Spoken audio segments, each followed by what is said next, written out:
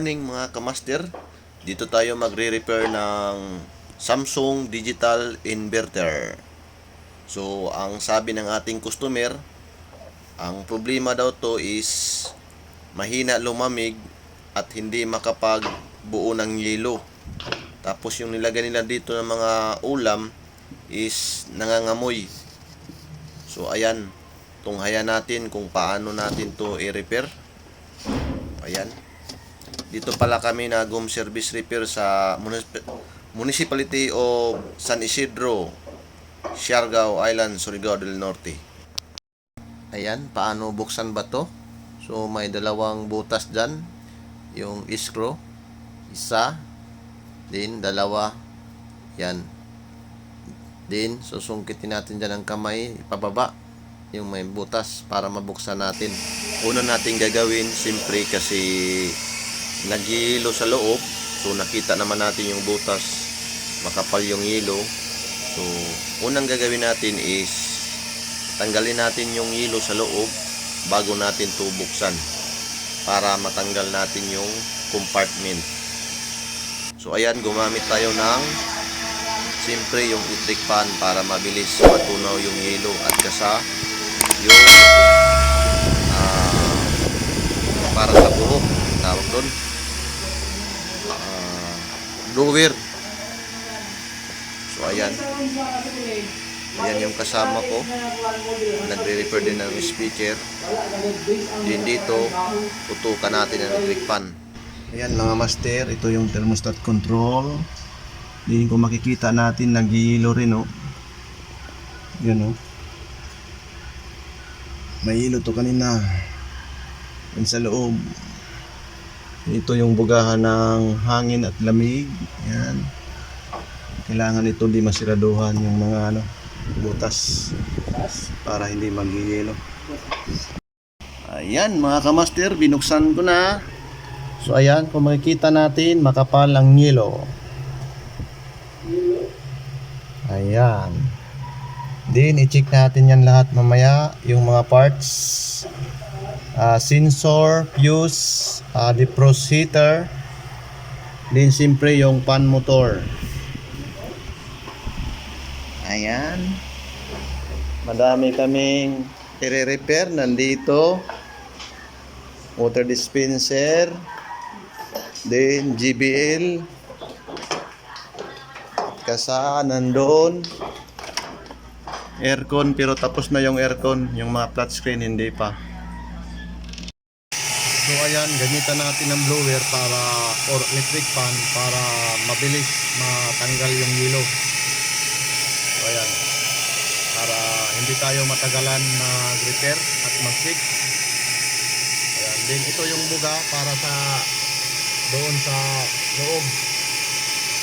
Yung yan yung mag-supply ng hangin na malamig.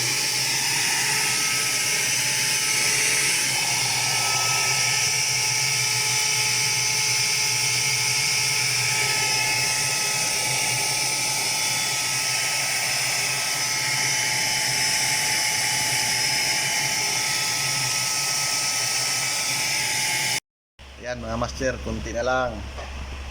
Then mag-check na tayo ng mga parts, baka may sira. Yan. Yan mga master, tinanggal din natin dito para malinis na tingnan. Anuhan natin yan ng mga barado.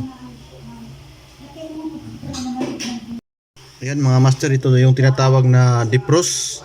Yung defrost, yung kulay brown na wire. Then ito yung tinatawag na fuse, yung kulay red. I-check natin yan, dapat may buffer. Then ito yung sensor. Then i-check natin, dapat may 3 to 4 k ohms yung makukuha natin dito. Then ito, yung defrost, dapat may makuha tayo na 100 to 300 ohms. Then ito, buffer lang. So ayan, check natin. Then paano tanggalin ito? I-push mo lang. Din tanggalin, ganon din dito. Chinik natin yung fuse, ito yung fuse. Check natin yung kulay red. Ayan, so makikita natin naka-buffer tayo. So ibig sabihin good yung natin. fuse. So punta naman tayo doon sa sensor, kulay dilaw. So ilagay natin dito sa ohms, isit natin sa ohms. Ayan, dapat may makuha tayo na 3 to 4 ohms. So ilagay natin dito.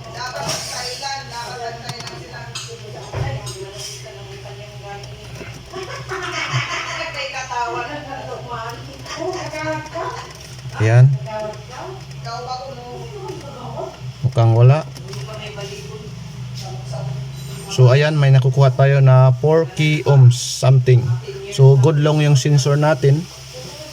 Then next yung defrost heater. Ito yung kulay brown. So ilagay natin yung kulay brown.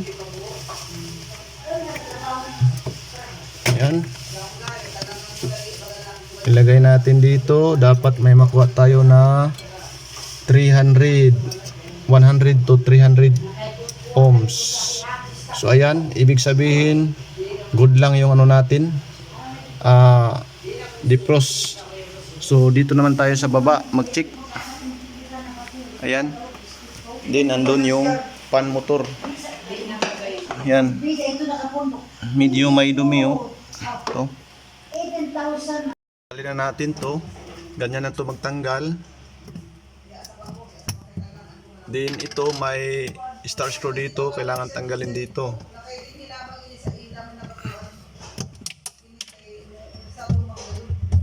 Yan oh. Tanggalin natin yan. So ayan, natanggal na natin. Then ito yung sensor niya. Then ito yung sa thermostat. Makikita natin no. Ayan. Then i-check natin to. Dapat may makuha tayo na 4 ohms dito. Ayan. Lagyan natin yung tester.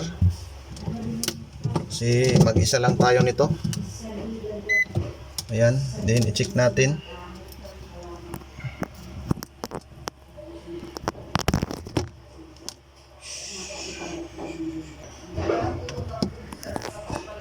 Ayan mga master, kung nakikita natin may 4.26 ohms. So good lang to siya. Linisan lang natin to. Then paandarin natin mamaya kung maghihilo na ba, at kasi walang buga na hangin kanina. Siguro dahil sa yelo, makapal ang yelo kaya hindi umikot yung pan motor. Ayan mga master, kaya na-check na natin lahat ng mga parts, so wala namang sira. Kaya siguro napapanis yung mga ulam at hindi makabuo ng yelo kasi sa sobrang kapal ng yelo sa defrost heater at hindi umiikot yung pan motor. Ayun, kaya na hindi siya makabuo ng yelo kasi wala na siyang dadaluyan doon sa mga butas kasi hindi na umikot yung pan blower. Ayan mga kamaster, nag-cleaning na rin tayo para maisala yung trabaho natin. Ayan. Ayan. Then i-check na natin to. Pandarin na natin. Ayan mga master oh, malamig na oh. Ayan. Tapos yung tubig dito nagyelo na oh. Peace out mga kamaster, hanggang dito lang yung video. Sana may natutunan kayo kung paano i-check at i-repair. Peace out mga kamaster, God bless.